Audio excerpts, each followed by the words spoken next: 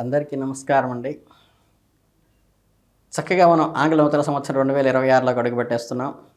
ఈ నూతన సంవత్సరంలోకి తులారాశి జాతకులు హృదయపూర్వక శుభాకాంక్షలు. మీ రాశినాథుడైన శుక్రుని ఆశీస్సులతో ఈ సంవత్సరం మీ జీవితంలో ఒక అద్భుతమైన, విజయవంతమైన మరియు మరుపురాని సంవత్సరంగా నిలిచిపోవడానికి సర్వగ్రహాలు సంసిద్ధంగా ఉన్నాయి. గడిచిన కొన్ని సంవత్సరాలుగా మీరు ఎదుర్కొంటున్న అడ్డంకులు, మానసిక ఒత్తిడులు మరియు కుటుంబ సమస్య నుండి, ముఖ్యంగా అర్ధాష్టమ శని ప్రభావం నుండి మీకు సంపూర్ణ ఉపశమనం కలిగింది. ఈ 2026వ సంవత్సరం మీకు విజయాన్ని, కీర్తిని, ఆరోగ్యాన్ని మరియు ఆర్థిక ఉన్నతిని ఒకేసారి అందించబోతోంది. ఈ సంవత్సరం గ్రహ సంచారాలు అత్యంత అరుదైన మరియు శక్తివంతమైన రీతిలో మిమ్మల్ని ఆశీర్వదించడానికి సిద్ధంగా ఉన్నాయి.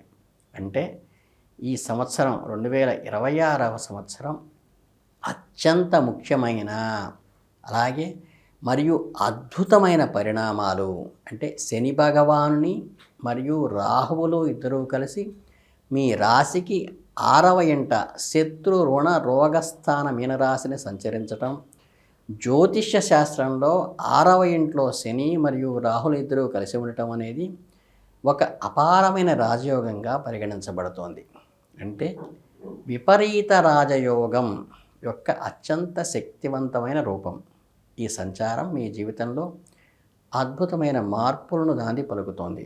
మీ చిరకాల శత్రువులు కూడా ఈ సమయంలో మిమ్మల్ని మీ ముందుకు వచ్చినప్పుడు ఏమీ అనలేరు, మీరు వెళ్ళిపోగానే ఏదో అందాం అనుకుంటారు.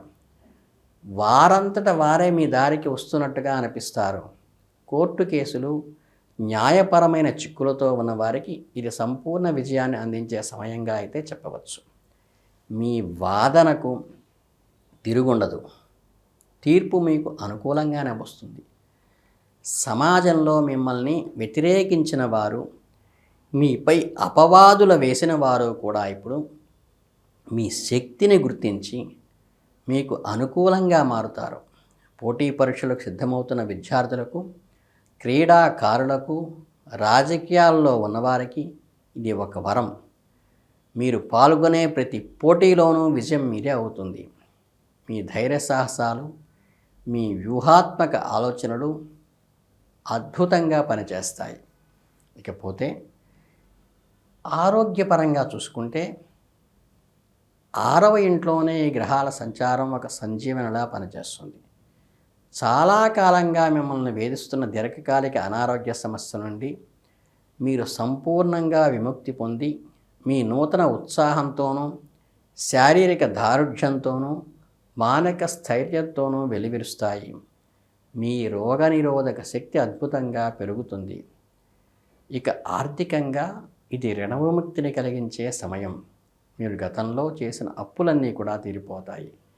ఆర్థిక స్వేచ్ఛను పొందుతారు. అంతేకాకుండా 6వ ఇంట్లో ఉన్న రాహు మీకు ఊహించని మార్గాల ద్వారా, ముఖ్యంగా విదేశీ సంబంధించిన వ్యవహారాలకు, వైద్య రంగము లేదా టెక్నాలజీ ద్వారా అపారమైన ధనలాభాన్ని కలిగించగలడు. ఉద్యోగస్తులకు, సర్వీసెస్కు ఇది స్వర్ణయుగము.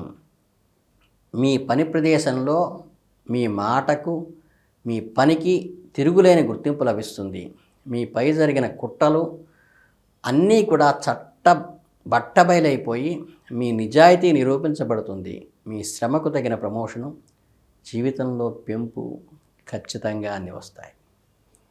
ఇక అద్భుతమైన శని రాహుల యోగానికి తోడు దేవగురువైన బృహస్పతి సంచారం కూడా ఈ సంవత్సరం మీకు అదనపు బలాన్ని చేకూర్చబోతోంది. అంటే సంవత్సర ప్రథమంలో బృహస్పతి మీ 9వ ఇంట భాగ్యస్థానంలో మిథున రాశిలో సంచరిస్తూ ఉండటం వల్ల ఇది భాగ్య గురుయోగము అంటారు. మీ అదృష్టం రెట్టింపు అవుతుంది. మీ తండ్రి గారితో సత్సంబంధాలు పెరుగుతాయి.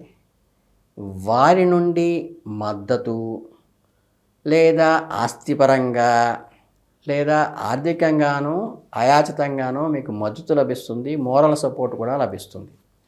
ఉన్నత విద్య కోసం ప్రయత్నించే విద్యార్థులకు అత్యంత అనుకూలమైన సమయంగా చెప్పుకోవచ్చు.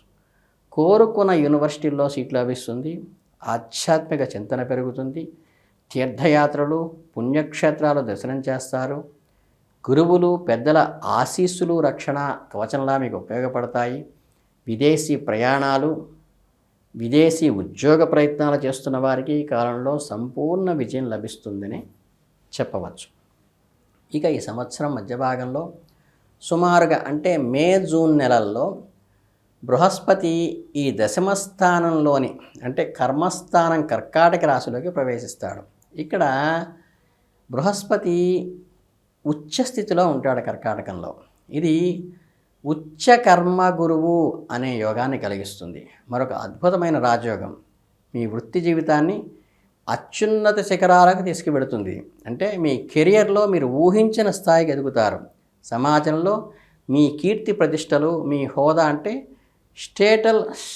సోషల్ స్టేటస్ కానీ టోటల్గా మీకు ఒక ఇన్ఫ్లుయెన్స్ కానీ ఇమాజిన్ కానీ పెరుగుతుంది. మీ గౌరవం ఇనబడింపు చేస్తుంది. మీ ఉన్నతమైన పదవులకి కొత్త బాధ్యతలు వస్తాయి.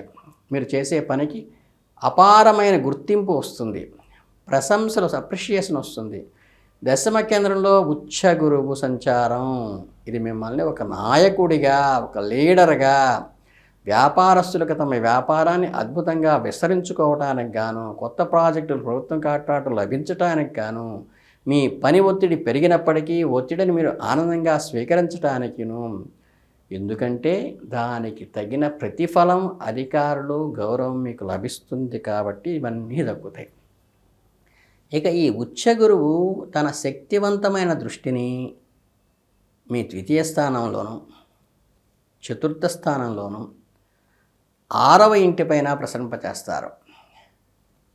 ఈ ధన కుటుంబ స్థానం మీద ప్రసరించడం వల్ల గురుదృష్టి వలన మీ ఆర్థిక నిల్వలు సేవింగ్స్ గణనీయంగా పెరుగుతాయి. మీ వాక్స్థానం కాబట్టి మీ మాటకు విలువ పెరుగుతుంది. కుటుంబ స్థానం కాబట్టి మీ మాట చెల్లుబాటు అవుతుంది. కుటుంబంలో శుభకార్యాలు ఘనంగా సాగుతాయి. ఇక చతుర్థ స్థానం సుఖస్థానంలో గురు దృష్టి వలన మీరు చాలా కాలంగా కలనుగంటున్న ఇల్లు కానీ, వాహనం కానీ, విలాసవంతమైన వస్తువులు కానీ కొనుగోలు చేస్తారు. మీ తల్లిగారి ఆరోగ్యం కూడా మెరుగుపడిపోతుంది. గృహంలో సుఖ సంతోషాలు వెలువరిస్తాయి. మరియు 6వ ఇంటిపై గురుదృష్టి వలన అక్కడ ఇప్పటికే బలంగా ఉన్న శని రాహువుల శుభ పరిణామాలు రెట్టింపు అవుతాయి. అంటే మీ శత్రువులపై విజయము, ఆరోగ్య అభివృద్ధి, రుణ విముక్తి వంటివి మరింత బలంగా వేగవంతంగా జరుగుతాయని దీనివల్ల చెప్పవచ్చు. అయితే ఈ సంవత్సరం ఒకే ఒక చిన్న ప్రతికూల అంశం ఏమిటయ్యా అంటే 12వ ఇంటిలో అంటే వ్యయస్థానంలో కన్యారాశిలో కేతువు సంచరిస్తున్నాడు. ఈ 12వ ఇంటిలో కేతువు ఉండటం వల్ల మీ ఖర్చులు కూడా అనూహ్యంగా పెరుగుతాయి. అంటే మిగిలిన గ్రహాలని అత్యంత బలంగా ఉన్నందువల్ల మీ ఖర్చులు కూడా ఎక్కువ శుభకార్యాల కోసము, ఆధ్యాత్మిక యాత్రల కోసము, దాన ధర్మాల కోసము, విదేశీ ప్రయాణాల కోసం ఖర్చు అయిపోతూ ఉంటుంది. 2వ ఇంట మోక్షస్థానం కేతు మోక్షకారకుడు కాబట్టి ఈ సంచారం మిమ్మల్ని భౌతిక విజయాల పాటు ఆధ్యాత్మిక ఉన్నతికి చేర్చడానికే ఈ ఖర్చు ఉపయోగపడుతుంది. మీలో సేవాగుణం పెరగడానికి ధ్యానము, యోగా వంటి వాటిపై ఆసక్తి పెరుగుతుంది. మీరు సంపాదించిన దానితో కొంత భాగాన్ని సమాజ సేవకు ఎప్పుడైతే ఖర్చు పెడుతూ ఉంటారో, కొందరికి నిద్రలేపి సమస్యలు లేదా పాదాలకు సంబంధించిన చిన్న చిన్న నొప్పులు, ఇబ్బందులు కలిగేటువంటి అవకాశం ఉన్నటువంటి నిద్రలేమి కలుగుతుంటుంది. పాదాలకు కొన్ని సమస్యలు వచ్చినప్పటికీ కూడా అవి పెద్ద సమస్యలుగా కావు. ప్రధానంగా ఈ శుభకరమైనవే మీరు గుర్తుపెట్టుకోవాల్సిన విషయాలు. ఇక కుటుంబంలో ప్రేమ మరియు వైవాహిక జీవితానికి వస్తే ఏంటండి, రాశి వాళ్ళకి సంవత్సరం చాలా ఆనందదాయకంగా ఉంటుంది. సంవత్సరం ప్రథమార్థంలో 9వ ఇంట్లో, ద్వితీయార్థంలో 10వ ఇంట్లో ఉచ్చస్థితిలో ఉన్న బృహస్పతి ప్రభావం మీ కుటుంబ జీవితంపై ప్రశాంతతను వెల్లువిరుస్తుంది. ఇక వివాహితులు వాళ్ళ మధ్య దంపతుల మధ్య అన్యోన్యత పెరుగుతుంది. అవివాహితులకు సంవత్సర ప్రథమార్థంలో 9వ ఇంట్లో గురువు ఉన్నప్పుడు అత్యంత మంచి ఉన్నత కుటుంబం నుంచి సంబంధాలు కుదిరే అవకాశం ఉంటుంది. ప్రేమలో ఉన్నవారికి వారి ప్రేమ ఫలించి పెద్దల అంగీకారంతో వివాహ సంబంధంలోకి అడుగుపెట్టే సూచనలు ఉన్నాయి. ఇక బృహస్పతి 5వ ఇంటిని సంతాన స్థానాన్ని తమ నవమ దృష్టితో చూడటం వలన ప్రథమార్థంలో సంతానం కోసం ఎదురు చూస్తున్న వారికి తప్పకుండా సంతాన భాగ్యం కలుగుతుంది.